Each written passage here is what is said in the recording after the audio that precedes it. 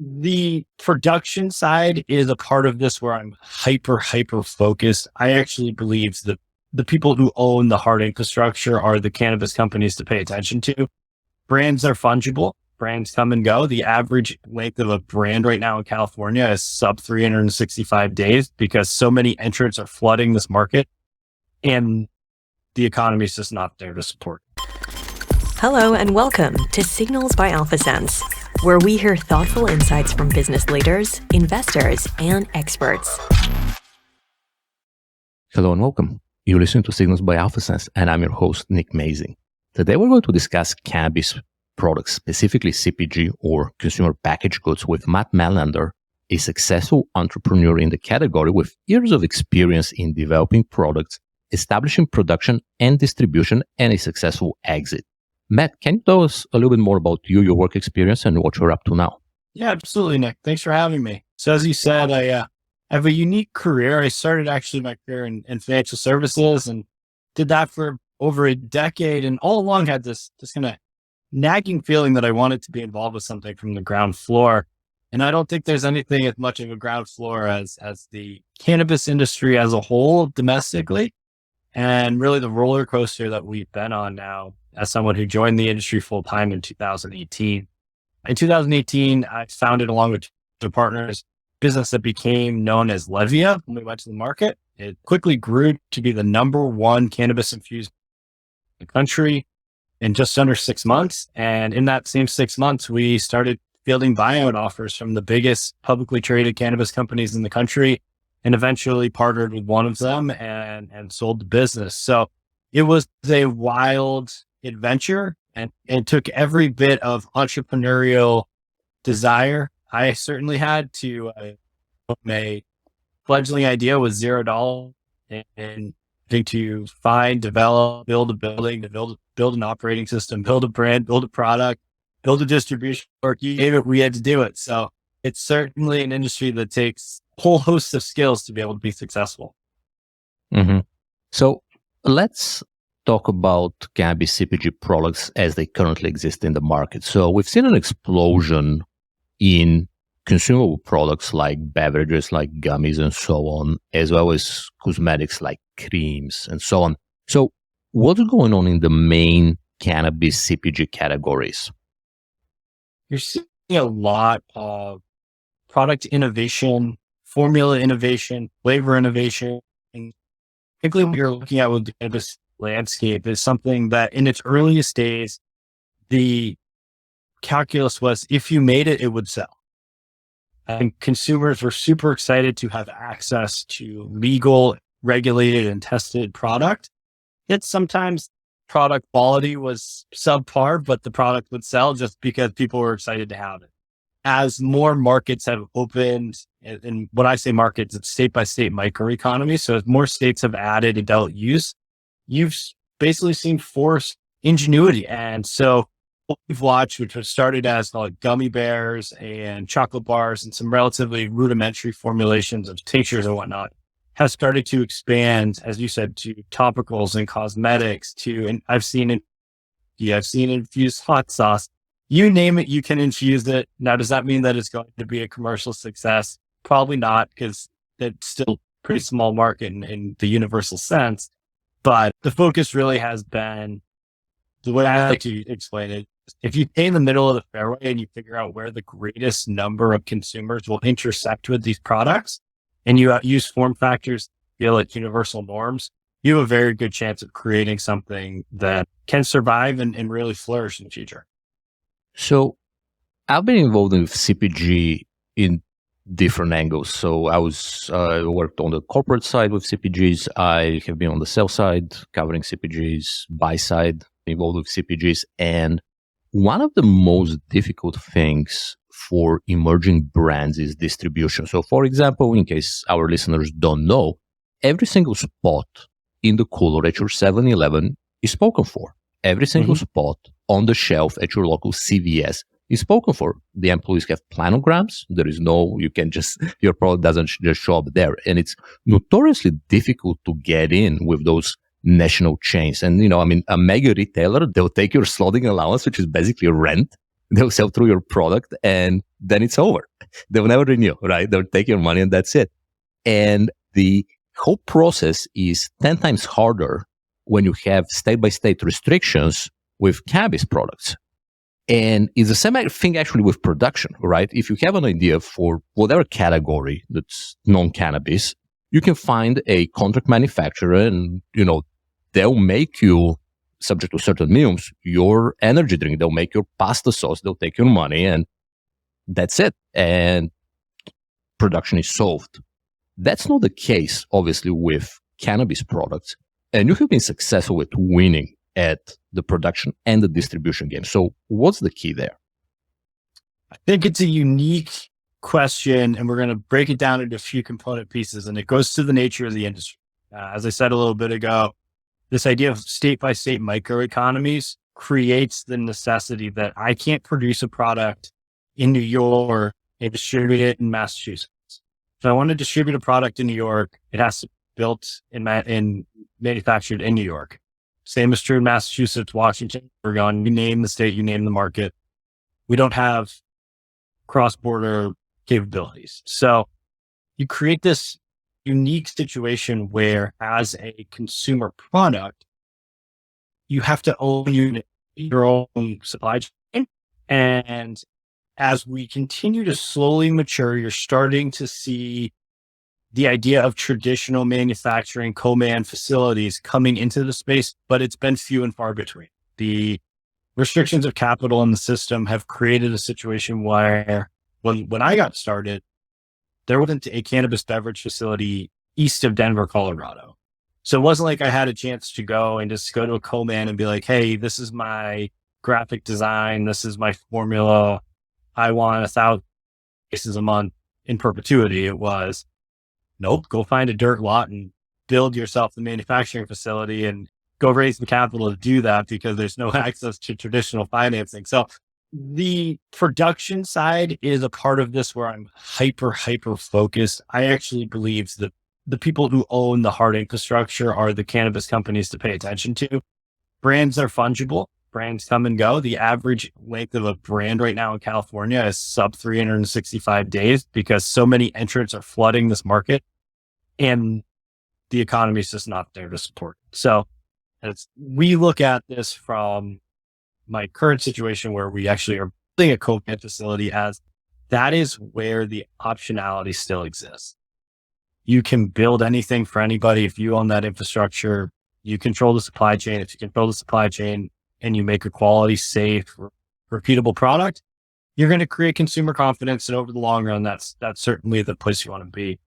Winning at the register is a whole different conundrum, because now all of a sudden you're not only a production site, you're also a sales and distribution site.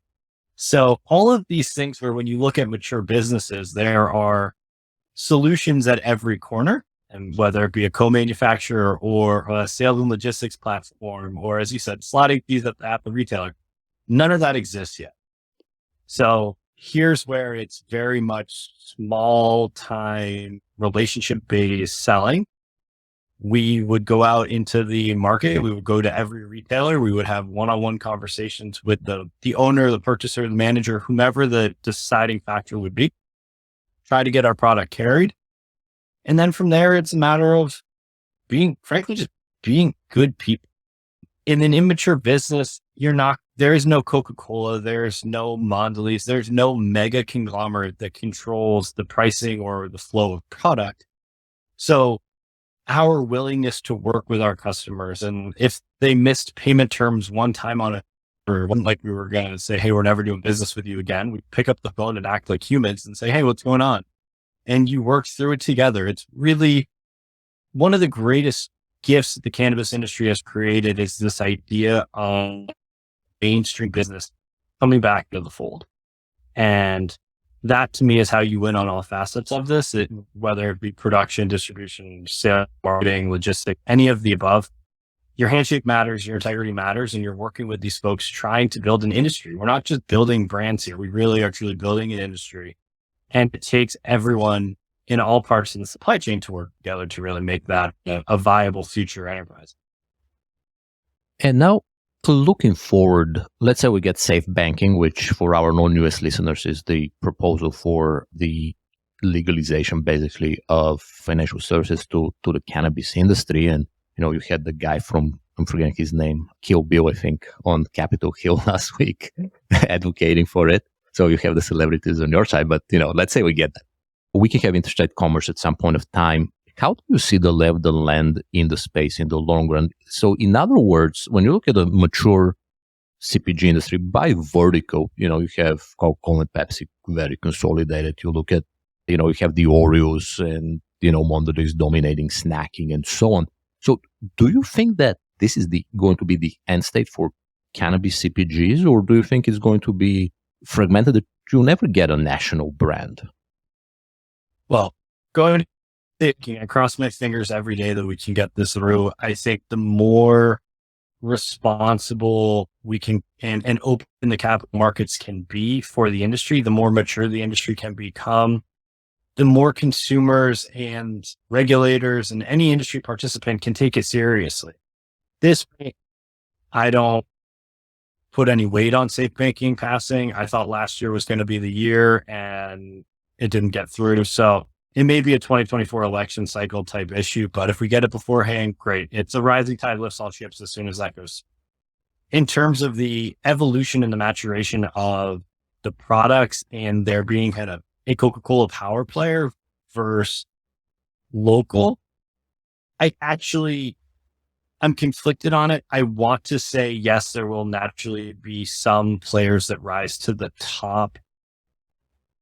Will they ever get to the size of really these multinationals? I think sort of lead me to say no.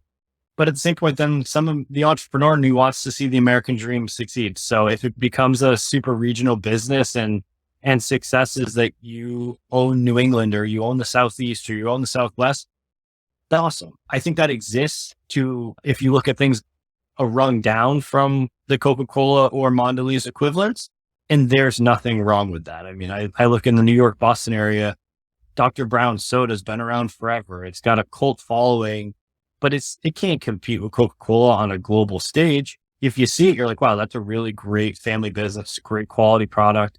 People care about their ingredients. They care about the sanctity of what they're doing. So that's where I'm a little bit hesitant to say yes or no. I'd love to see, even if it is just in a regional play, that national outfits come together and create really quality, essentially barriers to entry for others so that you have to keep your product to a certain level. So there's a known playbook and we know what's going into these things. Those conversations are certainly happening because away from the adult use side of cannabis, we've seen the rise of hemp-derived Delta-9 and other synthetic cannabinoids. Frankly, of Delta-8 or Delta-10, these lab synthetics, I think that gets away from the point of this is a wellness industry at its core, wrapped in a CPG conundrum. It is a wild calculus when you actually get into it. But speaking specifically to hemp-derived Delta-9, which is federally legal from 2018 Farm Bill, basically the qualifier is that your inputs are below 0.3% THC by dry weight volumes. It's ostensibly industrial hemp that is the input. You're seeing together from all corners of the country who are hemp advocates trying to set that baseline of product quality and consistency. The testing is going to be as rigid as it is in the adult use space. The dosing is going to be known. The additives that you can and cannot use are going to be known. And for people who are familiar with the rise of craft beer market, this is what Jim Koch did with Samuel Adams back in the 80s, was he created a level of care went into these products that people couldn't just come forward and call their product craft beer, or eventually it was cider and hard iced tea. You use the regulators as your friend, and together you build an industry. So however that shakes out, do we have a chance of having a Budweiser or Coca-Cola in this space? Absolutely. If that doesn't happen and we end up with 100 super regional players that are all really viable businesses and they're additive to their community, even better, because that's more jobs and that's more of an opportunity for everyone to participate in the industry. Mm-hmm. And one last question that I have is, and I've been involved with beverage development, and it's the actual taste, right? So you have some kind, you have a base, right? And then you have basically the stuff you're adding on, and some of the stuff I've tried is just absolutely horrible, right?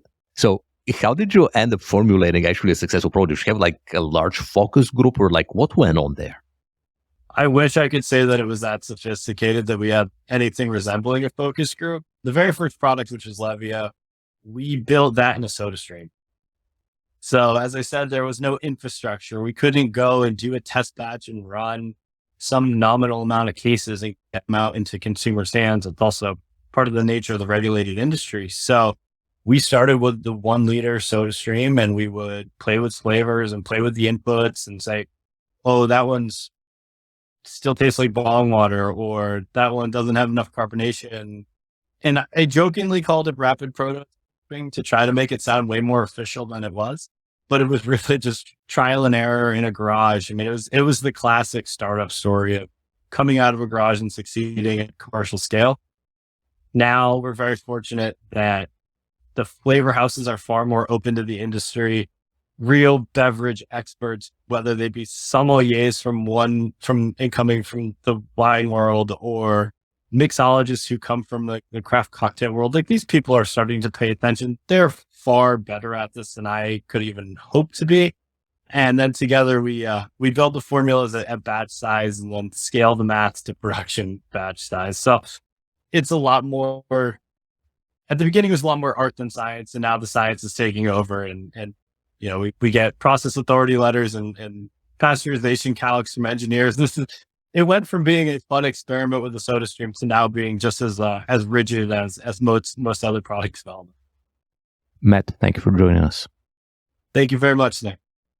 This was a fascinating conversation with Matt Melander, a successful entrepreneur in the emerging cannabis space. We discussed cannabis beverages, we discussed cannabis edibles, we discussed product distribution, and quite a bit more. Thank you for listening. This was another episode of Signals by AlphaSense.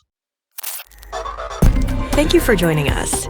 This was another episode of Signals by AlphaSense. Keep in mind that all views presented here are the views of the guests and hosts and do not represent the views of their employers or of AlphaSense. Nothing in this podcast constitutes investing, tax, legal, or medical advice. If you enjoyed this episode, leave us a rating and review and subscribe for more.